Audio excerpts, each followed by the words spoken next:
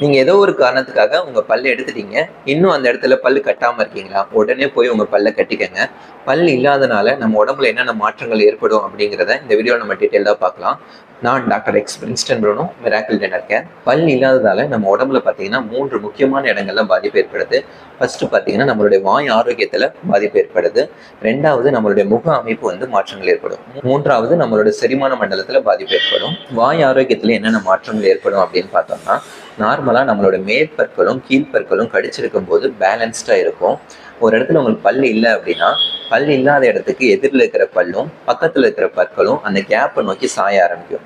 இதனால உங்க பல் அமைப்புல மாற்றம் ஏற்படும். உங்க பற்களுக்கு இடையில கேப் உண்டாகும். கேப்புகளுக்கு இடையிலையும் சாப்பாடு சேர ஆரம்பிச்சு அந்த பற்களும் சொத்தையாகிறதுக்கு வாய்ப்பு இருக்கு. அந்த பற்களையும் இழக்க நேரிடும். அது மட்டும் இல்லாம பற்கள் இல்லாதனால நம்மளோட உச்சரிப்புலையும் மாற்றங்கள் ஏற்படும். அடுத்ததா நம்மளுடைய முக அமைப்புல ஏற்படக்கூடிய மாற்றங்கள் என்னன்னு பாத்தீங்கன்னா, பல் இல்லாதனால அந்த பற்களுக்கு அடியில் இருக்கிற எலும்புகள் தேய ஆரம்பிக்கும். இதனால நம்ம முகத்தோட லென்த் குறைய ஆரம்பிச்சு முகம் ஒடுங்கின மாதிரி ஆயிரும். முகத்துல சுருக்கங்கள் வர ஆரம்பிக்கும். இதனால உங்களோட செல்ஃப் கான்பிடன்ஸ் குறைஞ்சிரும். 3வதா செரிமான மண்டலத்தில் ஏற்படக்கூடிய மாற்றங்கள் என்னன்னு பார்க்கலாம். பற்கள் இல்லாதனால கடிச்சு சாப்பிட்றதையே குறைக்க ஆரம்பிச்சிருவாங்க.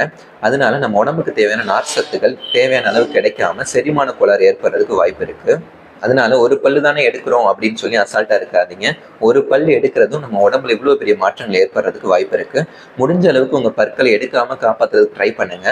ஒருவேளை அந்த பல்லை எடுத்துட்டீங்க அப்படின்னா, பல் எடுத்ததுல இருந்து 2 வாரங்களுக்குள்ள உங்க பற்களை கட்டிக்கங்க. பல் கட்டுறதுல என்னென்ன வகை இருக்கு, ஒவ்வொன்னோட அட்வான்டேஜ் என்ன, டிஸ்அட்வான்டேஜ் என்ன அப்படின்னு சொல்லி நான் ஆல்ரெடி ஒரு வீடியோ போட்டிருக்கேன். அந்த வீடியோ நம்ம சேனல்ல இருக்கு, மறக்காம பாருங்க. இந்த மாதிரி யூஸ்ஃபுல்லான டென்டல் வீடியோஸ்க்கு மறக்காம நம்மளுடைய சேனலை சப்ஸ்கிரைப் பண்ணிக்கோங்க. நன்றி.